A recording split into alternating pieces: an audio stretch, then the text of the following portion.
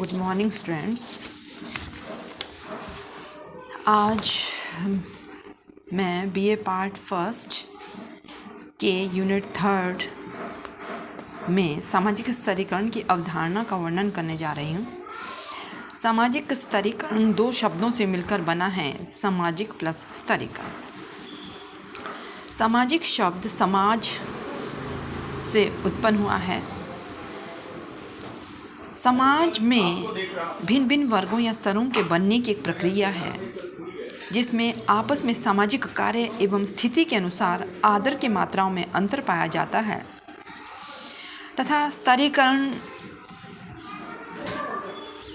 यह शब्द समाजशास्त्र में भूगर्भ शास्त्र से आया है, जिसमें मिट्टी एवं चट्टानों को विभिन्न स्तरों में बांटा जाता है। इसी प्रकार समाज में भी समाज को कई जन्म या योग्यताओं के आधार पर कई परतों में, कई भागों में बांटा जाता है, जिसे स्तरीकरण कहते हैं। हम संक्षेप में यह कह सकते हैं कि सामाजिकरण अर्थात सामाजिक स्तरीकरण वह प्रक्रिया है जिसके द्वारा व्यक्तियों एवं समूहों को थोड़ी बहुत स्थायी परिस्थितियों में उच्चता एवं निम्नता के क्रम में श्रेणीबद्ध किया जाता है, उसे सामाजिक स्तरीकरण कहते हैं। अर्थात यह एक विभेदीकरण की प्रक्रिया है जिसके द्वारा कुछ व्यक्ति दूसरे व्यक्तियों की तुलना में उच्च श्रेणी में गिने जाते हैं। अतः समाज का उच्च से निम्न के क्रम में स्तरीकरण सामाजिक स्तरीकरण करता है। हम इस संदर्भ में यह भी कह सकते हैं कि समाज में परिवर्तन के नियम हैं। समाज हमेशा ये परिवर्तन विभिन्न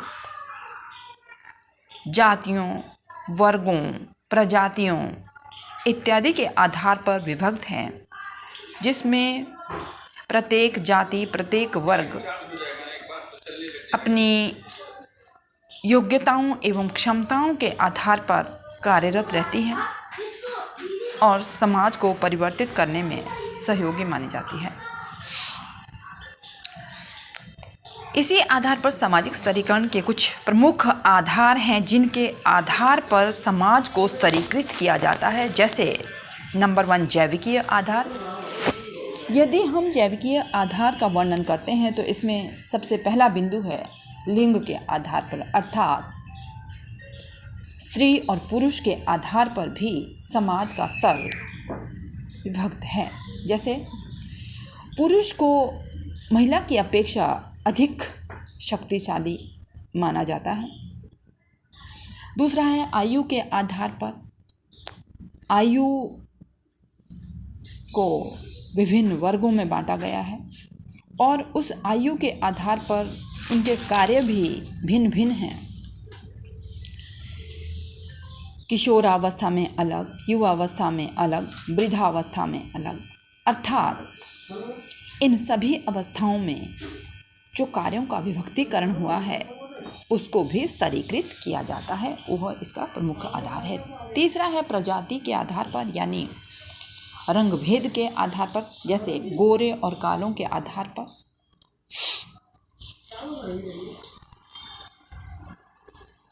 चौथा है जन्म के आधार पर। जैसे जन्म के आधार पर जातियों का विभक्तिकरण 4 भागों में बांटा गया है, ब्राह्मण, क्षत्रिय, वैश्य, शूद्र।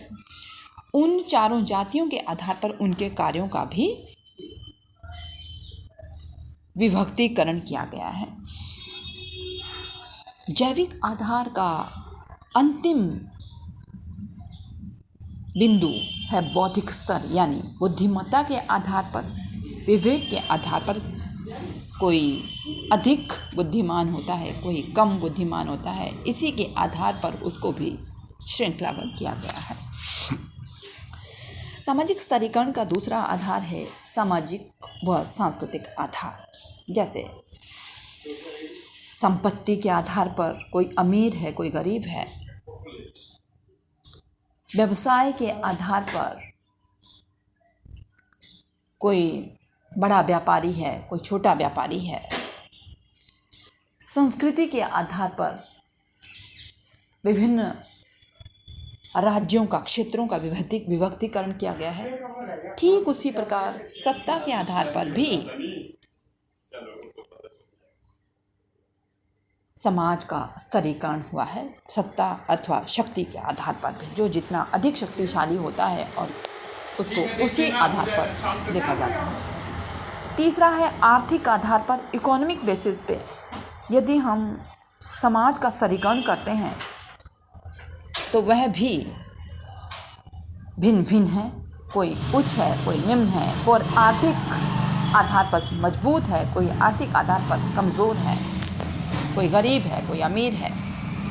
ठीक उसी प्रकार धर्मों के आधार पर भी, जैसे हिंदू धर्म, उसके बाद मुस्लिम धर्म, सिख धर्म, ईसाई धर्म, इस तरह से 7 धर्मों को श्रृंखलाबद्ध किया गया है, यानी स्तरीकृत किया गया है और उसी के आधार पर समाज में उनका मूल्यांकन भी किया जाता है। यदि हम सामाजिक स्तरीकरण के विभिन्न स्वरूपों का वर्णन करते हैं तो सामाजिक स्तरीकरण को 3 भागों में विभक्त किया गया है। जातिगत स्तरीकरण, वर्गगत स्तरीकरण और प्रजातिगत स्तरीकरण।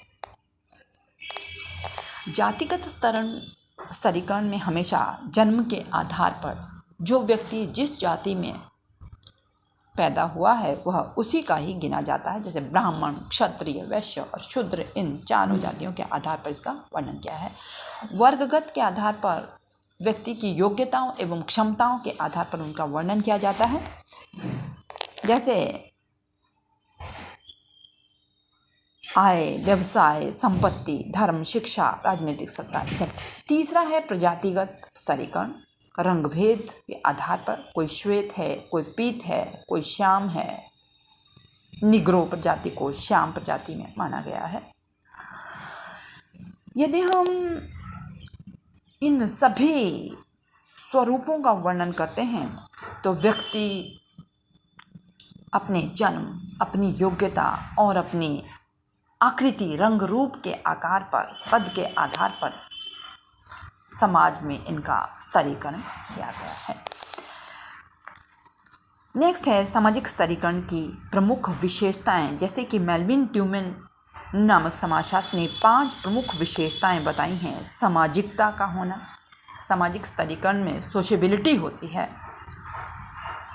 सामाजिक स्तरीकरण कोई आज की प्रक्रिया नहीं है, जब से समाज का निर्माण हुआ है तब से ही सामाजिक स्तरीकरण होता आया है।